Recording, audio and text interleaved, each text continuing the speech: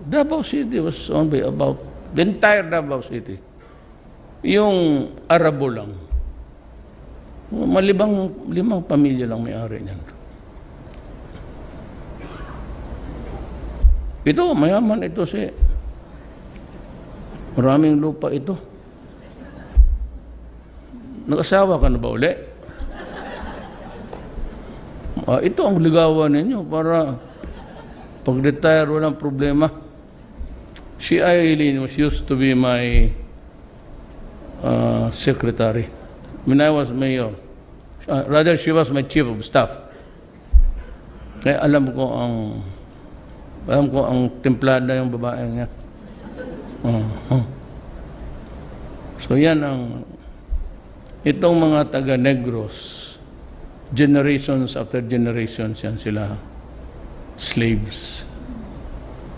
Kaya ngayon, nung nagbarilan sa Sagay, which was unfairly attributed to us, sila yun.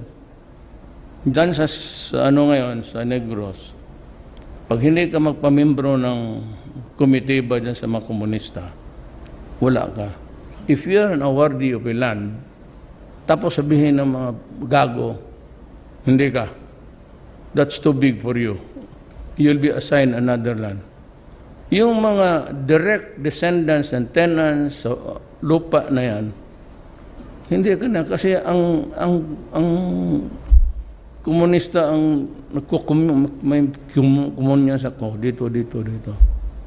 Kaya nagpapatayan. Kaya 300 years, makita nila naka-Mercedes-Benz. Every year, nagpapalit ng mga mansion. No, but these were lands of the people. Mga lolo natin. Dumating itong mga, ayaw ko na lang manginsulto.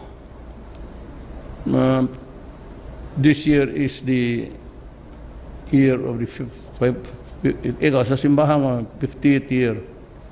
Parang madre ito ng simbahan. Ito yung tukatis nila eh. Ngayon, sabi, gusto ako mag-celebrate ba tayo? Sabi ni Simon. Sabi, ako? Putang ina, bakit mag-celebrate ako sa mga yawa na yan? They came to my country, conquered it, subjugated it, and made the Filipinos a slave for 300 years, and you want me to celebrate the anniversary of the coming of that idiot here? So, ayaw ko, kayo lang. They wanted a grand, because it coincides. Pagdating kasi ng barko ng buang na Magellan na yun, anong inidiskarga niya?